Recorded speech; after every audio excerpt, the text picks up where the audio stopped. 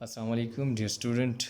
My name is Muhammad Ilyas, and from today I'm your new science teacher. Dear student, इससे पहले आप लोगों ने 4 चैप्टर्स पढ़े हैं। सर ने आपको डिटेल से 4 चैप्टर्स पढ़ाए हैं, आपने पढ़े हैं। और आज जो हमारा चैप्टर है वो है चैप्टर नंबर 5 और उसका नाम है वाटर। सबसे पहले हमने इसका इंट्रोडक्शन पढ़ना है कि वाटर होता क्या है, फिर उसके बाद उसकी इफ़ेक्ट्स पढ़ने हैं, प्रॉपर्टीज़ पढ़नी हैं, फिर उसके बाद उसके सोर्सेज पढ़ने हैं। मतलब वाटर से रिलेटेड जितनी भी चीज़ें हैं जो आपके बुक में मेंशन की गई हैं उसके रिलेटेड हम इसमें स्टडी करेंगे। तो आइए पहले देखते हैं कि वाटर होता क्या है। वाटर एक वाइटल नेचुरल रिसोर्स है हमारे पास। 71% of the earth surface is covered by water. हमारे पास जो अर्थ है उसका तकरीबन 71% जो एरिया है वो इस वाटर ने कवर किया हुआ है, 71%। और 29% जो रिमेनिंग है वो बाकी लैंड है। इसके अलावा second most essential requirement after air, अगर हम ये देखें कि इंसान को ज़िंदा रहने के लिए कौन सी चीज़ें जो हैं वो चाहिए होती हैं, सबसे पहली जो चीज़ होती है वो ऑक्सीजन। अगर आपको ऑक्सीजन नहीं मिल रही तो आप ज़िंदा नहीं रह सकेंगे। वो एसेंशियल एलिमेंट है आपके पास एयर। और उसके बाद अगर देखा जाए जो एसेंशियल एलिमेंट है वो हमारे पास, तो वो वाटर कहलाता है उसको। ठीक, वाटर जो हमारे पास सेकंड एसेंशियल एलिमेंट है ज़िंदा रहने के लिए। Without water human beings can't survive for more than week. कहते हैं कि पानी के बग़ैर कोई भी इंसान या जानवर एक वीक से ज़्यादा ज़िंदा नहीं रह सकता। इसकी वजह यह है कि हमारे जितने भी बॉडी के अंदर केमिकल प्रोसेसेस हो रहे हैं, बायोलॉजिकल प्रोसेस हो रहे हैं, या आउटसाइड द बॉडी अगर आप देखें, जितना भी मतलब कोई चीज़ है, फैक्ट्री है, इंडस्ट्री है, जितनी भी चीज़ें हैं वो मोस्टली उनका कंसर्न वाटर के साथ है। अगर वाटर की स्कार्सिटी आ जाए तो आप ख़ुद देखें तो कितना बंदे को प्रॉब्लम होता है। 1-2 दिन अगर वाटर ना मिले, बिजली नहीं होती बाज़ औक़ात, तो मोटर पंप जो होते हैं उस वजह से फिर बंदे को कितनी तकलीफ़ होती है और कितनी मुश्किलात होती है। तो इस वजह से अगर पानी बिल्कुल मैसर ही ना हो तो आप एक वीक से ज़्यादा नहीं ज़िंदा रह सकेंगे, क्योंकि जितने भी बायोलॉजिकल प्रोसेसेस हैं या इंडस्ट्रीज़ है, वहाँ कोई चीज़ बन रही है उसमें भी वाटर का यूज़ होता है, या किसी और जगह पे कोई भी चीज़ है उसमें वाटर का बहुत बड़ा रोल है। अच्छा, उसके बाद no water no organic matter exist. अगर आपके पास पानी नहीं है तो कोई भी ऑर्गेनिक मैटर एग्जिस्ट नहीं करेगा।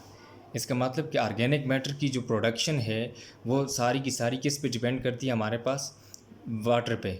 इसका वाटर होगा तो ऑर्गेनिक मैटर भी हमारे पास बनेगा और मौजूद होगा। अगर वाटर ही नहीं है तो हमारे पास ना ऑर्गेनिक मैटर होगा और ना बाकी चीज़ें होंगी। Water comprises 66% of the weight of an adult human body. एक एडल्ट ह्यूमन बॉडी जो है उसका जो 66% वेट है वो वाटर पे कंप्राइज होता है। हम कहते हैं कि जो सेल होता है, अगर एक सेल की बात करें हम, ह्यूमन सेल है या एनिमल सेल, कोई भी प्लांट सेल, तो उसमें जो है 95% वाटर होता है हमारे पास। तो इसका मतलब कि जो हमारी बॉडी एक ह्यूमन एडल्ट है उसमें जो वेट होता है 66% वाटर का होता है। इसका मतलब ह्यूमन एडल्ट बॉडी में 66% जो है वेट वो वाटर का होता है। All life processes depends on water. जितने भी लाइफ के प्रोसेसेस हैं वो वाटर पे डिपेंड करते हैं। Water also important for factories and industries. Dear student, मैंने इससे पहले भी आपके साथ ये डिस्कस किया है कि वाटर इम्पोर्टेंट है किस लिए, फैक्ट्रीज़ के लिए भी और इंडस्ट्रीज़ के लिए भी, क्योंकि वहाँ आप लोगों को चाहिए होती हैं, प्रोडक्ट्स बनानी होती हैं, तो उनके लिए बाज़ औक़ात उनको वाश आउट करने के लिए या किसी रिएक्टेंट के तौर पे भी आप उसे यूज़ कर सकते हैं वाटर को, इंडस्ट्रीज़ और फैक्ट्रीज़ के अंदर। इसके अलावा use in manufacturing process and in construction work. आप मैन्युफैक्चरिंग प्रोसेस जो है उनमें भी इसको भी आप इस्तेमाल कर सकते हैं, या कोई कंस्ट्रक्शन है, जिस तरह आप हाउसेस वगैरह बनाते हैं तो सीमेंट और वो बाकी जितना भी मटेरियल है तो उसके लिए आपको वाटर चाहिए होता है, उस वर्क के लिए भी वाटर यूज़ होता है। ये थोड़ा सा वाटर का इंट्रोडक्शन था, मैंने आपको वाटर का इंट्रोडक्शन बताया। अब इसके बाद आ जाते हैं वाटर की प्रॉपर्टीज़ के बारे में कि वाटर की खुसूसियात क्या होती है। ठीक, सबसे पहले हम देखते हैं, कहते हैं कि न्यूट्रल कंपाउंड होता है जिसकी pH 7 होती है। वाटर न्यूट्रल कंपाउंड वो होता है जिस पे ना वो तो एसिडिक है और ना बेसिक है। या आप आगे जब हायर क्लासेस में जाएंगे 9th-10th में, तो वहाँ आपको एसिड बेस कंसेप्ट समझाया जाएगा और एक न्यूट्रल कंपाउंड होता है। अगर एक कंपाउंड है जिसकी 1 से लेकर 6 तक जो है pH आए तो उसको हम एसिडिक बोलते हैं, एसिडिक। और अगर 8 से लेकर 14 तक आ जाए तो उसको हम बोलते हैं बेसिक, बेस या बेसिक सॉल्यूशन। ठीक इसी तरह, और इन देखें आप 6 और 7 के दरमियान एक pH है जो 7 है, और ये न्यूट्रल कंपाउंड की होती है। और वाटर जो हमारे पास न्यूट्रल कंपाउंड है और इसकी pH ऑलमोस्ट 7 होती है। लेकिन बाज़ औक़ात इम्प्यूरिटीज़ की वजह से या तो ये बेसिक बन जाता है उसके अंदर, अगर बेसिक इम्प्यूरिटीज़ आ जाएँ, और अगर एसिडिक इम्प्यूरिटीज़ आ जाएँ तो वो हमारे पास एसिड बन जाता है। दूसरी प्रॉपर्टीज़ की यह है कि कलरलेस होता है आपके पास वाटर। आप वाटर को देखें, इसका कोई भी कलर नहीं होता। फिर टेस्ट के इसका ना कोई जायका भी नहीं होता, ना मीठा होता है और ना कड़वा होता है। इसके अलावा अगर ऑर्डरलेस, इसमें मतलब कि कोई स्मेल भी नहीं होती। जिस तरह वो बाज़ औक़ात किसी कंपाउंड की पंचिंग स्मेल होती है जो नाक को चुभती है, या कोई और ऐसी स्मेल होती है बदबू वगैरह जिसको हम बोलते हैं, वो होती है। लेकिन वाटर की कोई भी ऐसी ऑर्डरलेस, कोई भी उसका स्मेल नहीं है, मतलब ये उससे फ्री है स्मेल से। फिर अगर इसके हम मॉलिक्यूलर मास की बात करें तो 18 ग्राम होता है इसका मॉलिक्यूलर मास। अब 18 ग्राम कैसे देखें, हम कहते हैं कि वाटर दो चीज़ों से मिलकर बना होता है। एक होती है हमारे पास हाइड्रोजन और दूसरी चीज़ क्या है, ऑक्सीजन। अगर हम हाइड्रोजन का एटॉमिक मास देखें तो वो 1 होता है, जबकि ऑक्सीजन का क्या है 16। तो यहाँ पे दो जो एलिमेंट है वो हाइड्रोजन है और एक जो है हमारे पास ऑक्सीजन है। तो दो को हम मल्टीप्लाई करेंगे 1 के साथ तो ये हो जाएगा 2, और इधर प्लस ये 16 है ऑक्सीजन का एटॉमिक मास, इनको ऐड करो तो ये हमारे पास 18 आ जाता है। तो इस वजह से हम कहते हैं कि इसका मॉलिक्यूलर मास 18 ग्राम होता है। फिर इसके बाद अगर इसके केमिकल फार्मूले की बात की जाए, इसका जो केमिकल फार्मूला है वो है H2O। H2O इसको प्रोनाउंस करते हैं, 2 हाइड्रोजन के एलिमेंट होते हैं और साथ 2 ऑक्सीजन का होता है।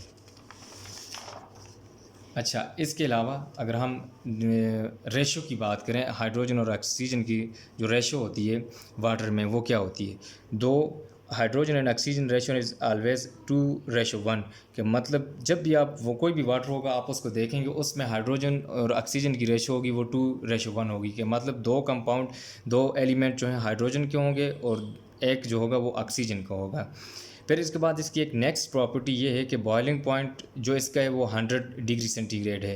कि 100 डिग्री सेंटीग्रेड पे वाटर बॉयल हो जाता है और मेल्ट जो होता है वो 0 डिग्री सेंटीग्रेड पे होता है। देखिए यहाँ पे दो चीज़ें मैंने आपको बताई, एक मेल्टिंग पॉइंट होता है और दूसरा जो हमारे पास बॉइलिंग पॉइंट, सॉरी। अब बॉइलिंग पॉइंट वो पॉइंट होता है जिस पे कोई भी लिक्विड गैस में कन्वर्ट होना स्टार्ट हो जाता है, वेपर फॉर्म में कन्वर्ट होना स्टार्ट कर देता है, उसको हम बॉइलिंग पॉइंट कहते हैं। और मेल्टिंग पॉइंट वो होता है जिसके ऊपर कोई भी लिक्विड क्या करता है कि अपने सॉलिड स्ट्रक्चर बना देता है। जिस तरह वाटर है उससे आइस बनना स्टार्ट हो जाए तो उसको हम कहते हैं मेल्टिंग पॉइंट। तो इसका 0 डिग्री सेंटीग्रेड है और जो कि बॉइलिंग पॉइंट इसका 100 डिग्री सेंटीग्रेड है। इसके अलावा इसकी एक और प्रॉपर्टी ये है कि एग्जिस्ट इन ऑल 3 फॉर्म्स, कि ये वाटर जो हमारे पास तीनों फॉर्म्स में मौजूद होता है, सॉलिड में भी मौजूद होता है, लिक्विड में भी मौजूद होता है और गैस में भी मौजूद होता है।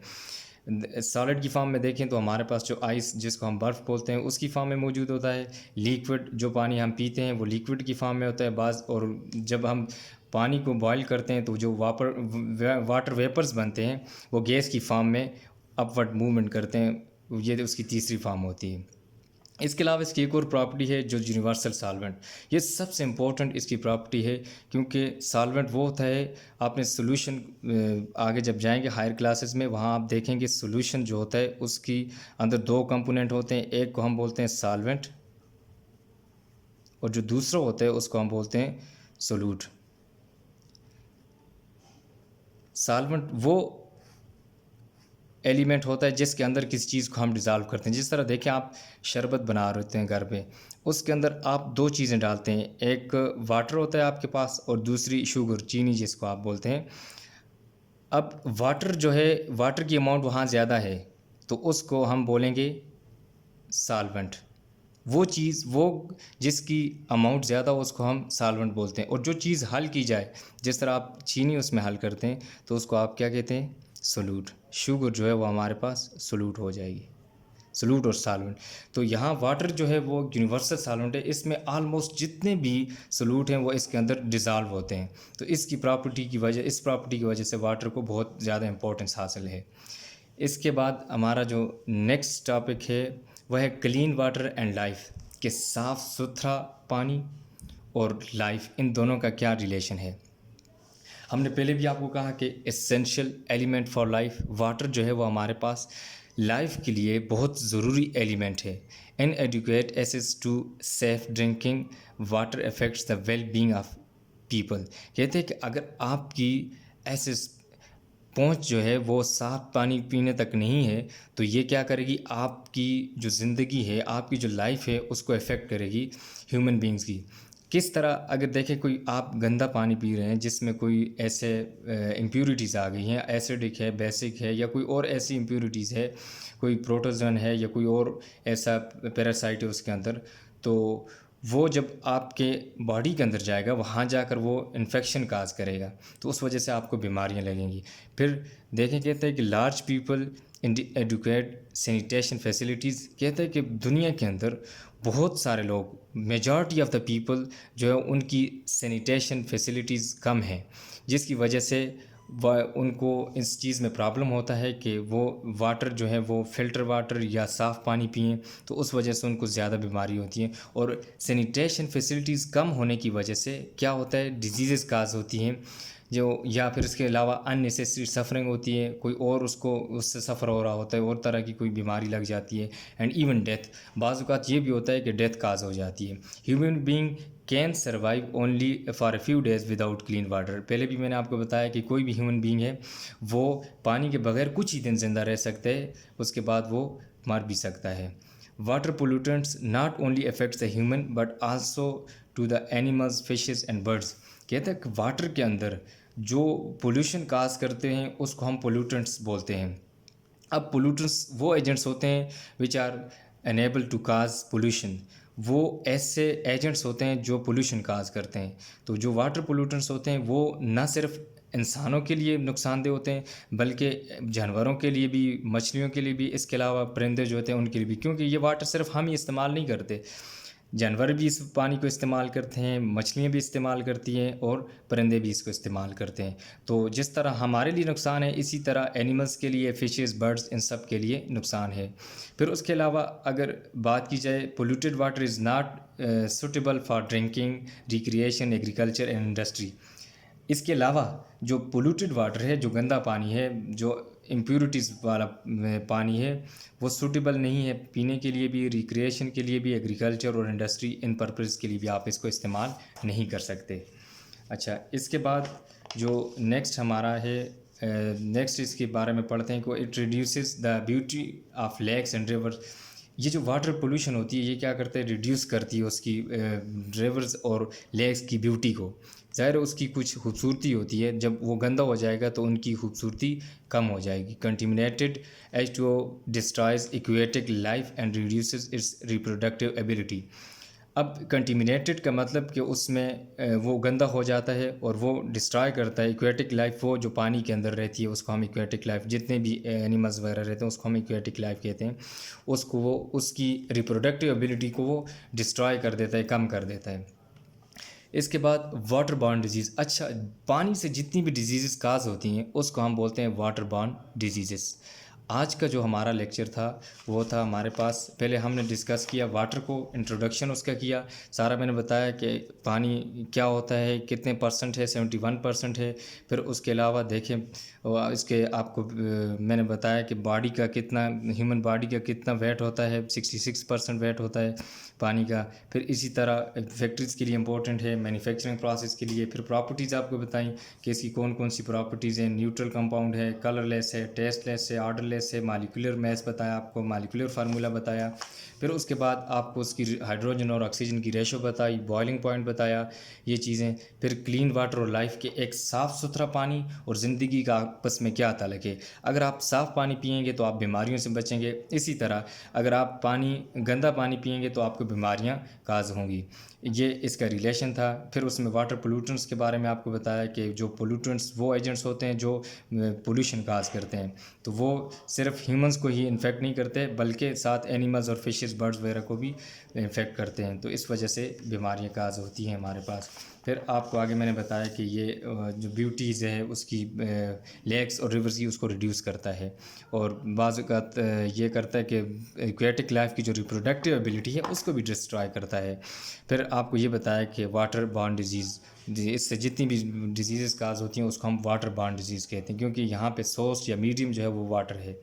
It was all about today lecture. इसके बाद आपकी जो आज की होम असाइनमेंट है, आपने पाकिस्तान के 3 दरियाओं के नाम लिखने हैं, 3 लेक्स के नाम लिखने हैं कि क्योंकि ये सोर्स है हमारे पास। आगे जो अगला जो हमारा टॉपिक है वो सोर्स ऑफ वाटर है। आपने वाटर की जो मैंने प्रॉपर्टीज़ आपको बताई वो लिखनी है आपने, और उसके अलावा आपने 3 दरियाओं रिवर्स के नाम लिखने हैं, 3 लेक्स के नाम लिखने हैं और 3 ग्लेशियर्स के नाम लिखने हैं आपने। ये आपकी होम असाइनमेंट है और आप लोगों ने इस पर सबमिट करनी है। बहुत शुक्रिया। अल्लाह हाफिज़।